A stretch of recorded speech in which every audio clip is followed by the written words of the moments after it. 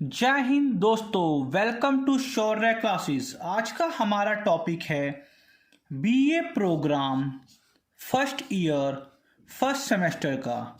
विषय का नाम है राजनीतिक सिद्धांत। जी हाँ, पॉलिटिकल थ्योरी।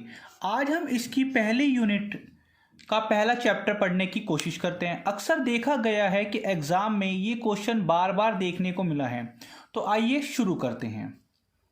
आज हम बात करते हैं राजनीतिक सिद्धांत के बारे में कि राजनीतिक सिद्धांत किसे कहा जाता है। इसको समझने से पहले आपको दो शब्दों को समझना काफ़ी इम्पॉर्टेंट है, अन्यथा ये पूरी बुक समझ में नहीं आएगी भाइयों आपको। सबसे पहला पॉइंट है राजनीति क्या होती है।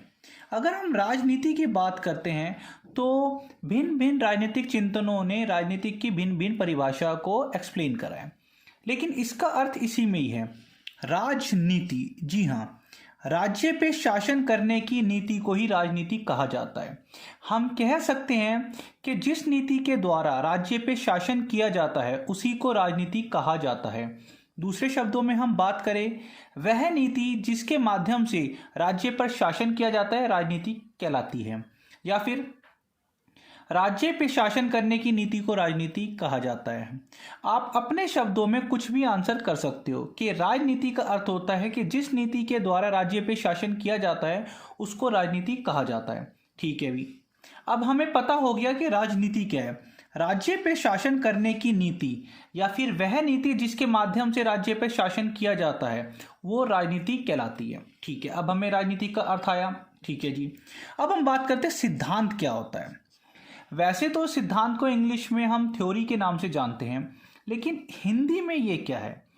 सिद्धांत का अर्थ होता है चिंता करना, सिद्धांत का अर्थ होता है चिंतन करना, सिद्धांत का अर्थ होता है समाधान करना, सिद्धांत का अर्थ होता है सोचना, सिद्धांत का अर्थ होता है समस्या को समझना। सर आपने तो एक काफ़ी भारी भारी शब्दों का प्रयोग करा है, लेकिन सिंपल शब्द में क्या है। जैसे मैं आपको बताता हूँ कि सिद्धांत में बेसिकली हम किसी समस्या का समाधान करते हैं। जैसे सिंपल सी बात है, अब आपके एग्जाम आने वाले हैं तो आपने यूट्यूब पे आप आए, आपने शौर्य क्लासेस के चैनल को सर्च करा, या आप किसी भी वीडियो को सर्च करते हो जो आपके एग्जाम से रिलेटेड होती है। आप क्यों सर्च करते हो, आप मुझे बताओ। भैया आप इसलिए सर्च करते हो क्योंकि आपके एग्ज़ाम आने वाले हैं और आपके मन में यह चिंता है कि अगर अभी मैंने पढ़ाई नहीं करी ना तो मैं फेल हो सकता हूँ या फेल हो सकती हूँ। एक और एग्जांपल से समझते हैं। सपोज करो अगर आपके हाथ में चोट लग जाती है और आपके हाथ से ब्लीडिंग होनी शुरू हो जाती है, तो आप उस टाइम क्या करते हो, आप क्या करोगे भाई, आप डॉक्टर के जाओगे। डॉक्टर के क्यों जाते हो, इसका सिंपल सा उत्तर है, हाथ में चोट लगी आपकी तो आपने ये सोचा भाई इस चोट का समाधान कौन करेगा, इस चोट को कौन सही करेगा, इस जो ये खून बह रहा है इसको कौन सही करेगा, डॉक्टर करेगा। जब आपके सामने कोई भी प्रॉब्लम आती है तो आपने अपने मन में विचार करा कि इस प्रॉब्लम का सॉल्यूशन किसके पास है, डॉक्टर के पास, तो आप भाग के डॉक्टर के पास जाते हो और डॉक्टर आपकी समस्या का समाधान करता है। तो बेसिकली क्या होता है कि जब कोई भी प्रॉब्लम आती है तो उस प्रॉब्लम को सोल्व करने के लिए जो हम सोचते हैं, जो हम समझते हैं, जो अध्ययन करते हैं या समस्या का समाधान करने की कोशिश करते हैं, बेसिकली उसी को ही सिद्धांत कहा जाता है। ये तब से शुरू हो गया था जब मानव सभ्यता आपस में रहनी शुरू हो गई थी। जब दो समूह एक साथ रहने शुरू हो गए थे तो उस समय एक वर्ग दूसरे वर्ग का शोषण करना शुरू कर दिया था। जब दो समूह एक साथ रहने शुरू हो गए थे तो उसी के साथ साथ समाज में वाद विवाद शुरू हुए। यही वाद विवाद राजनीति का जन्म कहा जाता है। इन्हीं वाद विवाद के बाद राजनीति का जन्म आया। भाई एक और एग्जांपल से, अगर घर में दो बच्चे, छोटे छोटे बच्चे आपस में फाइट करते हैं तो दोनों बच्चों को, अगर दोनों बच्चे रोते हैं तो उनके गार्जियन या मम्मी आती है, अच्छा बताओ बेटा क्या हुआ। पहला बच्चा बोलता है मम्मा इसने मेरे को मार दिया। दूसरा बच्चा भी ये बोलता है नहीं मम्मा इसने मारा। तो मम्मा पहले दोनों की बातें सुनती है कि अच्छा पहले तू बता क्या बात हुई थी, अच्छा ऐसे हुआ था। फिर दूसरे से पूछती है अच्छा ऐसे हुआ था। तो मम्मा दोनों की बातों को सुन के समझ के एक निष्कर्ष निकालती है अच्छा, तो पहले इसने ऐसा करा था तभी इसने उसके बाद ऐसा करा। तो इट मीन्स क्या है, जब भी कोई समस्या उत्पन्न होती है तो उस पे चिंता की जाती है, चिंतन किया जाता है, उसका समाधान खोजने की कोशिश की जाती है। सोचना, समस्या को हल करना, समस्या का सोल्व करना, ये सभी सिद्धांत कहलाता है। अब आपको पता चल गया है कि राजनीतिक सिद्धांत किसे कहा जाता है। अगर हम पॉलिटिकल साइंस के विद्यार्थी हैं तो सिद्धांत बेसिकली होता है किसी भी प्रॉब्लम को सोल्व करना, उसके पीछे हमें चिंता करना। चिंता का अर्थ आपको समझ में आ गया भाई, कोई भी समाज में समस्या उत्पन्न हो रही है तो उसके ऊपर चिंता करना। फिर चिंतन करना, चिंतन करने का अर्थ हो गया कि समस्या का समाधान ढूंढने की कोशिश करना। ठीक है, चिंता करना और चिंतन करना में थोड़ा सा फर्क है। उसके बाद है समाधान। भाई समाधान कब होगा, अगर आप कोई समस्या में होगे तभी समाधान होगा, और समाधान वो तब होगा जब आपको चिंता होगी। और ये समाधान कब होगा, जब आप सोचोगे अच्छा हाथ पे चोट लग गई तो अब किसके पास जाया जाए, भाई डॉक्टर के पास ही जाओगे, किसी के पास तो आप जाओगे नहीं। उसके बाद जब आपने सोच लिया, आपने समाधान के लिए उस व्यक्ति के पास चले गए या उस व्यक्ति ने समाधान कर दिया, तो वही समस्या को समझ के उसने समस्या को समझा, यहाँ से चोट है, ऐसे ऐसे हुआ है, तब उसने उसका समाधान कर दिया। तो बेसिकली ये 4-5 मिनट मैंने आपको ये सिर्फ सिद्धांत समझाने में लगाए हैं, क्योंकि जब तक सिद्धांत समझ में नहीं आएगा ये बुक समझ में नहीं आ सकती। कोई भी आपको राजनीतिक सिद्धांत का मीनिंग क्लियर नहीं करा सकता। अब आपको शायद इसका मीनिंग समझ में आ गया है कि राजनीतिक सिद्धांत। अब मैं इसको काफ़ी सरल बनाने की कोशिश करता हूँ। अगर हम दूसरे शब्दों में बात करें कि राजनीतिक सिद्धांत होता क्या है, भाई हम कह सकते हैं कि राजनीतिक सिद्धांत में हम राजनीति की विभिन्न इकाइयों का अध्ययन करते हैं। अब ये क्या बात है सर, अभी तो आपने मुझे कहा कि सिद्धांत का अर्थ होता है चिंतन करना, समाधान करना, सोचना। ठीक है, ये तो मैंने मान लिया, लेकिन राजनीतिक सिद्धांत में हम राजनीति की विभिन्न इकाइयों का अध्ययन करते हैं, जैसे स्वतंत्रता, समानता, मौलिक अधिकार, धर्म, निरपेक्षता, न्याय। इवन आप इसमें आप अपने सभी जो आपके चैप्टर हैं उनके भी नाम लिख सकते हो। भाई सिंपल सा है ना। राजनीतिक सिद्धांत में हम राजनीति की विभिन्न इकाइयों का अध्ययन करते हैं, जैसे स्वतंत्रता, समानता, मौलिक अधिकार, धर्म, निरपेक्षता, संविधान, न्याय इत्यादि का। तो होता क्या है, सिंपल सी बात है। जैसे मैं आपसे पूछता हूँ कि आपके पास स्ट्रीम क्या है, आपके पास सब मतलब क्या है, आर्ट्स है, कॉमर्स है, साइंस है, तो आपका आंसर आता है जी हमारे पास आर्ट्स थी। ठीक है, एक का आंसर आया जी साइंस थी, एक का आंसर आया जी हमारे पास कॉमर्स थी। तो आपने क्या करा, अगर कोई आपसे पूछता है आपके पास स्ट्रीम क्या है, तो आप बोलते हो आर्ट्स, कॉमर्स या साइंस। इट मीन्स आपने एक शब्द में अपने सभी सब्जेक्टों को सामने वाले के सामने परोस दिया। सामने वाले ने पूछा क्या सब्जेक्ट थे, आपने कहा जी आर्ट्स थी। ठीक है, क्या आपने अपने सब्जेक्ट बताए थे कि भाई मेरे पे Hindi, English, history, political science या एजुकेशन थी? नहीं बताया। अगर आपका आंसर साइंस आता तो सामने वाले को ये पता हो जाता कि आपके पास फिजिक्स, केमिस्ट्री, बायोलॉजी होगी। अगर आपके पास कॉमर्स अगर आप बोलते तो सामने वाले को ये पता होता इसके पास इकोनॉमिक्स होएगा, इसके पास मैथमेटिक्स होएगा, इसके पास अकाउंट होएगा। अर्थात आपके एक शब्द ने आपके सभी सब्जेक्टों को मिला के सामने वाले को परोस दिया। उसी प्रकार से राजनीतिक सिद्धांत में क्या होता है, हम विभिन्न इकाइयों का अध्ययन करते हैं। जैसे आर्ट्स में हम आर्ट्स की विभिन्न इकाइयों का अध्ययन करते हैं, जैसे history, economics, political science, Hindi, English. Science में हम साइंस की विभिन्न इकाइयों का अध्ययन करते हैं, फिजिक्स, केमिस्ट्री, बायोलॉजी। कॉमर्स में हम कॉमर्स की विभिन्न इकाइयों का अध्ययन करते हैं, मैथ, अकाउंट, बिजनेस स्टडी। उसी प्रकार से राजनीतिक सिद्धांत में हम राजनीति की विभिन्न इकाइयों का अध्ययन करते हैं। जैसे सिद्धांत में हम क्या क्या करते हैं, भाई स्वतंत्रता करते हैं, समानता का अध्ययन, न्याय का अध्ययन, नागरिकता के बारे में पढ़ते हैं, कर्तव्यों के बारे में पढ़ते हैं, शांति के बारे में पढ़ते हैं, संसद के बारे में पढ़ते हैं, राष्ट्रवाद के बारे में पढ़ते हैं, संविधान के बारे में पढ़ते हैं, विकास के बारे में पढ़ते हैं, धर्म निरपेक्षता के बारे में पढ़ते हैं, अधिकारों के बारे में पढ़ते हैं। मतलब जो भी आपके पास राजनीतिक से संबंधित जो भी शब्द आ रहा है, जैसे स्वतंत्रता है, समानता है, अधिकार है, कर्तव्य है, न्याय है, संसद है, ये सभी चीज़ हम सिद्धांत के अंतर्गत पढ़ते हैं। हम कह सकते हैं कि राजनीतिक सिद्धांत में हम राजनीतिक की विभिन्न इकाइयों का अध्ययन करते हैं। ये सारी विभिन्न इकाइयाँ आ गई। अब इन्हीं पॉइंटों को आप अपने शब्दों में एक्सप्लेन कर सकते हो। राजनीतिक सिद्धांत में हम राजनीतिक की विभिन्न इकाइयों का अध्ययन करते हैं, जैसे समानता। भाई राजनीतिक सिद्धांत में हम समानता का अध्ययन करते हैं।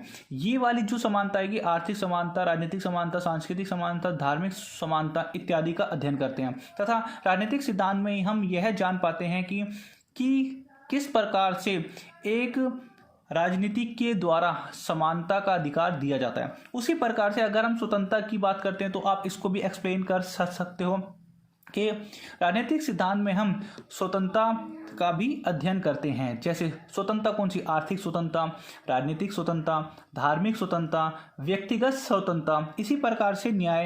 राजनीतिक सिद्धांत में हम राजनीतिक की विभिन्न इकाइयों का अध्ययन करते हैं, जैसे कि न्याय के बारे में जब भी हम बात करते हैं तो न्याय कौन सा? भाई समान न्याय, आर्थिक न्याय, राजनीतिक न्याय, सामाजिक न्याय। इस प्रकार से आप चाहो तो अपने शब्दों में इसको एक्सप्लेन कर सकते हो। आपके पास इतने पॉइंट हो जाएंगे कि आप 4 शीट की जगह आप 6 से 8 शीट भी भर सकते हो। जी हाँ, ये सारे आपके पॉइंट हैं। आपको सिर्फ इनके अर्थ पता होने चाहिए और आपका ईजिली आपका ये एग्जाम हो जाएगा। इसके बाद क्या है, अभी हमने बात करी कि भाई राजनीतिक सिद्धांत में हम क्या करते हैं। राजनीतिक की और सिद्धांत में हम राजनीति की विभिन्न शाखाओं का अध्ययन करते हैं। ये तो मैंने आपको बता ही दिया। अगर आपको वीडियो पसंद आ रही तो प्लीज़ वीडियो को कमेंट जरूर कीजिएगा। आपके कमेंट नहीं आते, आपके कमेंट हमारे लिए मोटिवेशन का काम करते हैं, तो प्लीज़ प्लीज़ प्लीज़ कमेंट जरूर कीजिएगा। इसी के साथ साथ अब आपका ये सुनिए जी, मैं आपको अब हम बात करते हैं। अगर आपने वीडियो लाइक नहीं किया है, शेयर नहीं करा, तो प्लीज़ सब्सक्राइब तो चैनल कर ही दो यार। अब हम बात करते हैं पॉलिटिकल थ्योरी ऑफ स्कोप। भाई पॉलिटिकल थ्योरी के राजनीतिक सिद्धांत के स्कोप क्या है? ठीक है भाई, राजनीतिक सिद्धांत का क्षेत्र क्या है? बहुत सिंपल है, क्षेत्र पूछ रहे हैं भाई कि हम राजनीतिक सिद्धांत में किन चीज़ों का अध्ययन करते हैं। भाई राजनीतिक सिद्धांत में हमने अभी पीछे पढ़ा, हमारा क्या था, उन सभी चीज़ों का अध्ययन। इसके साथ साथ अगर हमें राजनीतिक सिद्धांत के क्षेत्र का जब प्रश्न आता है तो हम यहाँ पे राज्य का अध्ययन करते हैं। राज्य का अध्ययन अभी आपको समझा देता हूँ। सिंपल सी बात है, अगर आप भारत के बारे में जानना चाहते हो तो अगर हम भारत के बारे में या आप किसी भी देश के बारे में जानना चाहते हो तो उस देश के राज्य का अध्ययन करोगे, उस मुल्क का अध्ययन करोगे। जैसे कि उस मुल्क का अतीत क्या था, उस मुल्क का वर्तमान क्या है और उस मुल्क का भविष्य क्या हो सकता है। राजनीतिक सिद्धांत के क्षेत्रों में हम राज्य का अध्ययन करते हैं। अगर हम भारतीय क्षेत्र की बात करते हैं तो राज्य के अध्ययन के संदर्भ में भाई भारत का अतीत क्या था, भारत अतीत में क्या था। भारत का जो अतीत था उसमें पहले राजतंत्र होता था, फिर अंग्रेज आ गए, फिर लोकतंत्र आ गया। अर्थात भारत के अतीत क्या है, हमें भारत का इतिहास को पढ़ना पड़ेगा। इसी के साथ साथ हमें भारत के वर्तमान का भी पता होना चाहिए कि राज्य के अध्ययन में हम ये भी अध्ययन करते हैं कि वर्तमान क्या है, एक राज्य का वर्तमान क्या है। भाई अगर हमें भारत के बारे में जानना है तो भारत में जो वर्तमान सरकार है, जो वर्तमान जो स्थिति है, उसका भी पता होना चाहिए। इसी के साथ साथ राज्य का भविष्य किस प्रकार से होगा।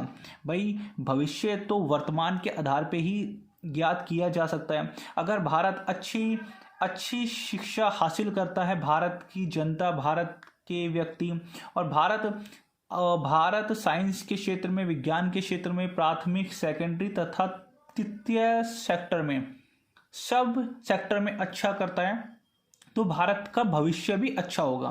तो बेसिकली राज्य के अध्ययन में हम पढ़ते हैं कि राज्य का इतिहास क्या था, राज्य का वर्तमान क्या है और राज्य का भविष्य क्या हो सकता है। तो ये 3 पॉइंट आप चाहो तो इस 3 पॉइंट को भी एक्सप्लेन कर सकते हो कि भाई अतीत में हम यह जानने की कोशिश करते हैं कि एक राज्य का अतीत किस प्रकार का था। भाई वहाँ पे लोकतंत्र सरकार थी, मार्क्सवादी सरकार थी, पूंजीवादी सरकार थी, या फिर राजतंत्र था, या फिर अतीत में उस राज्य का स्वरूप कैसा था, क्या वो विकसित था या फिर वो विकासशील था। बहुत कुछ है, आप चाहो तो कुछ भी लिख सकते हो, बस शर्त यह है कि आपको आपके आंसर को कनेक्ट करना होगा। इसी के साथ साथ है सरकार का अध्ययन। भाई इसके बाद हम बात करते हैं राजनीतिक सिद्धांत के विशेष क्षेत्र में आता है सरकार का अध्ययन। भाई सरकार के अध्ययन में आ जाएगा, हमें पता है सरकार के अंग क्या है। सरकार के 3 अंग है, कार्यपालिका क्या है, विधानपालिका क्या है और न्यायपालिका। कार्यपालिका क्या होती है, जो कि कार्य करती है। ये है 2 प्रकार की होती है, स्थायी कार्यपालिका और अस्थायी कार्यपालिका। स्थायी कार्यपालिका की बात करें तो IAS, IPS, IES, IRS, IFS हो गए। अस्थायी कार्यपालिका की बात करें तो एमएलए, एमपी, निगम पार्षद, सांसद, नेता हो गए। तो यहाँ पे हमें इनकी बात करनी है कि सरकार का अध्ययन क्या है, अर्थात सरकार के अध्ययन में हमें पॉइंट यह लिखना है कि सरकार किस प्रकार से कार्य करती है, किस प्रकार से कानून बनाती है और किस प्रकार से उन कानूनों को पालन करती है। तो ये कार्यपालिका, विधानपालिका, न्यायपालिका, आप चाहो तो इनके अर्थ भी लिख सकते हो। इसके साथ ही साथ यहाँ पे सरकार के अध्ययन में ये है कि सरकार किस प्रकार से अपनी संस्थाओं में संबंध स्थापित करती है। भाई सिंपल सी बात है, कार्यपालिका का विधानपालिका और न्यायपालिका से कुछ ना कुछ तो संबंध होएगा, है ना। तो ये संबंध किस प्रकार से किया जाता है, इन सब का अध्ययन होता है। इसी के साथ साथ अगला पॉइंट है हमारा मानव व्यवहारों का अध्ययन। भाई राजनीतिक सिद्धांत का एक क्षेत्र है जिसमें हम मानव के व्यवहारों का भी अध्ययन करते हैं। जैसे मानव के व्यवहारों के अध्ययन में हम ये जान सकते हैं कि मानव को कौन कौन से अधिकार दिए गए हैं राज्य के द्वारा, या राज्य के द्वारा मानव को कौन कौन से कर्तव्य दिए गए हैं। अर्थात यहाँ ये बताने की कोशिश की गई है कि एक राज्य के संविधान के द्वारा उसी देश के नागरिकों को कौन कौन से मौलिक अधिकार दिए गए हैं, कौन कौन से मौलिक कर्तव्य दिए गए हैं। इसमें हम अधिकारों और कर्तव्य का भी अध्ययन करते हैं। साथ ही साथ यहाँ पे हम एक एग्जाम्पल से और समझ सकते हैं। भाई सिंपल सी बात है, अगर अभी इलेक्शन होता है तो आप देश के प्रधानमंत्री के रूप में किसको देखना पसंद करोगे? अगर मैं 100 जनों से पूछता हूं तो 100 में से 80 जनों का उत्तर शायद ये होगा कि श्री नरेंद्र मोदी को। 20 या 18 का ये हो सकता है भाई हम तो राहुल गांधी को देखना पसंद करेंगे। लेकिन आपने ये किस हिसाब से बोल दिया कि राहुल गांधी, या आपने किस हिसाब से बोल दिया कि नरेंद्र मोदी? आपने दोनों के मानवों के व्यवहारों का अध्ययन किया होगा, आपने उनको पढ़ा होगा, या आपने उनके व्यवहार का अध्ययन किया होगा कि भाई मोदी जी का जो व्यवहार है वो अंतर्राष्ट्रीय स्तर पे ऐसा है, राहुल गांधी का जो व्यवहार है वो इस प्रकार का है ना। तो आपने एक मानव के व्यवहार के अनुसार ही उनको वोट देने की कोशिश की गई है ना। तो शायद अब आपको ये समझ में आ गया। इसी के साथ साथ है अगला पॉइंट है अंतर्राष्ट्रीय संबंधों और राजनीतिक संगठनों का अध्ययन। भाई हम राजनीतिक सिद्धांत के क्षेत्र में अंतर्राष्ट्रीय संगठनों और राजनीतिक क्षेत्रों का भी तो अध्ययन करते हैं। अगर भाई सिंपल सी बात है, आज भारत है तो भारत के अमेरिका के साथ भी तो संबंध होएंगे, नेपाल के साथ भी तो संबंध होएंगे, चीन के साथ भी तो संबंध होएंगे, रूस के साथ भी तो संबंध होएंगे, विदेशों के साथ भी तो संबंध होएंगे। उन सब का भी तो अध्ययन हमें राजनीतिक सिद्धांत में करना पड़ता है कि एक मुल्क के विश्व के अनेक मुल्कों के साथ किस प्रकार के संबंध है। आज जो भारत के संबंध है विश्व में, वो भारत की ऊंचाइयों को और अधिक ऊंचा कर रहा है। जो भारत की विदेशी नीति है आज पूरे विश्व में अपना लोहा मनवा रही है, क्योंकि भारत की स्वतंत्र विदेशी नीति है।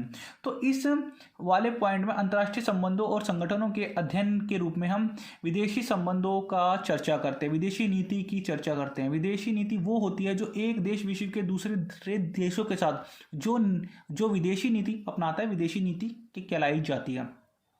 भारत की विदेशी नीति के जो तत्व हैं, जैसे पंचशील के सिद्धांत है, शांतिपूर्ण सह अस्तित्व है, निशस्त्रीयकरण है, जियो तथा जीने देव की नीति है, ये सारे विदेशी नीति में आ जाता है। इसका एक अलग से ही टॉपिक होएगा, हम बाद में चर्चा करते हैं। इसके साथ साथ है अंतर राजनीतिक संस्थाएं। भाई जैसे भारत की जो संबंध है, जैसे यूएनओ के साथ कैसे संबंध हैं, या भारत के G20 के साथ कैसे संबंध है। अंतर्राष्ट्रीय स्तर पे भारत किसी न किसी अंतर्राष्ट्रीय संस्था का सदस्य तो है। जैसे अभी शंघाई ग्रुप मतलब शंघाई संगठन हुआ था। अब भारत में G20 होना है, तो भारत G20 का भी सदस्य है, भारत सार्क का भी सदस्य है, भारत UNO का भी सदस्य है। तो इन संस्थाओं का भी अध्ययन किया जाता है। इसके साथ साथ राजनीतिक दलों का भी अध्ययन, ये सारे पॉइंट हैं, आपको इन्हीं पॉइंटों को थोड़ा थोड़ा एक्सप्लेन करना है। अब आपने देखा होगा कि भाई एक पॉइंट ये, इसके 3 पॉइंट हो गए, एक पॉइंट ये, इसके 2-3 पॉइंट यहाँ हो गए, एक पॉइंट ये, इसके 2 पॉइंट हो गए, एक पॉइंट ये, इसके 2-3 पॉइंट हो गए, एक पॉइंट ये है कि राजनीतिक दलों का अध्ययन। भाई राजनीतिक सिद्धांत के विशेष क्षेत्रों में क्या है, हम राजनीतिक दलों का अध्ययन करते हैं। जैसे कि भाई अगर अभी इलेक्शन होते हैं तो आप किस पार्टी को वोट देना पसंद करोगे? समाजवादी पार्टी को, पूंजीवादी पार्टी को, मार्क्सवादी पार्टी को, या फिर BJP को, आम आदमी पार्टी को, कांग्रेस को, BSP को, एक्सेट्रा को। तो यहाँ पे हम राजनीतिक दलों का भी अध्ययन करते हैं ताकि लोगों को जागरूक हो सके कि भाई कौन सी पार्टी किस प्रकार की है, क्या वो मार्क्सवादी पार्टी है, क्या वो पूंजीवादी पार्टी है, क्या वो समाजवादी पार्टी है। क्योंकि हर एक पार्टी समाज के एक विशिष्ट सोच को लेके चलती है, या तो वो सबका विकास करेगी या सिर्फ एक वर्ग के हितों के लिए जानी जाती है। हाँ, इसी के साथ साथ व्यक्ति ना होके ये पूरे समूह का अध्ययन किया जाता है। शायद अब आपको ये चैप्टर समझ में आ गया है कि राजनीतिक सिद्धांत किसे कहा जाता है। अगर हम आपके लिए यहाँ पे एक और खुशखबरी है, अब शौर्य क्लासेस के ऊपर आपको पूरा फर्स्ट ईयर, सेकेंड ईयर और थर्ड ईयर पूरे ईयर के पूरी बुक के नोट्स प्रोवाइड किए जाएंगे। साथ के साथ उनकी वीडियो और ये जो नोट्स है ये भी प्रोवाइड किया जाएगा। अगर आप चैनल पे नए हैं तो प्लीज़ चैनल को सब्सक्राइब कीजिए, वीडियो अच्छी लगे तो वीडियो को लाइक कीजिए, और आप कमेंट नहीं करते हो प्लीज़ कमेंट ज़रूर कीजिए। आपके कमेंट हमारे लिए मोटिवेशन का काम करते हैं। इसी के साथ साथ हमने 3 कोर्स निकाले हुए हैं। जैसे एक बेसिक कोर्स में क्या है कि आपको पूरी बुक के इसी प्रकार के नोट्स अवेलेबल करा दिए जाएंगे, वो भी PDF फॉर्म में और काफ़ी आसान शब्दों में। पूरी बुक के, जी हाँ पूरी बुक के, ज़्यादा नहीं होएगी, 30 पेजों के आसपास ही होएगी और वो पूरी बुक होएगी। इसी के साथ साथ अगर आप हमारा सेकंड वाला कोर्स परचेज करते हैं तो उसमें फुल कोर्स के साथ साथ आपको फुल कोर्स की वीडियो प्लस पहला ऑप्शन, मतलब पहला ऑप्शन क्या है, आपको नोट्स तो प्रोवाइड कराए जाएगी, साथ के साथ पूरी बुक की वीडियो जैसे आज की जो वीडियो है, पूरी बुक में आई थिंक 6 या 7 वीडियो होएगी और वो पूरी बुक कंप्लीट हो जाएगी। हाँ जी हाँ, 6 से 7 वीडियो में आपका पूरा कोर्स कंप्लीट हो जाएगा, काफ़ी आसान शब्दों में ये है। अगर आप हमारा एडवांस कोर्स अगर आप परचेज करते हो तो ये दोनों तो मिलेंगे उसमें, साथ के साथ हमारे साथ आप लाइव स्ट्रीमिंग के साथ भी जुड़ सकते हो और आप हमारे से क्वेश्चन और आंसर कर सकते हो व्हाट्सएप ग्रुप में। आपकी जो क्वायरीज हैं, आपकी जो एग्ज़ाम से रिलेटेड जो समस्या है, आप वो भी हमसे व्हाट्सएप या फिर टेलीग्राम ग्रुप से आप जुड़ सकते हो। अगर आपको वीडियो पसंद आए तो प्लीज़ लाइक कीजिए, चैनल पे नए हैं तो चैनल को सब्सक्राइब कीजिए। और हाँ, लास्ट पॉइंट तो भूल ही गया, अब ये देखिए, अब आपको समझ में आ गया कि राजनीतिक सिद्धांत क्या है।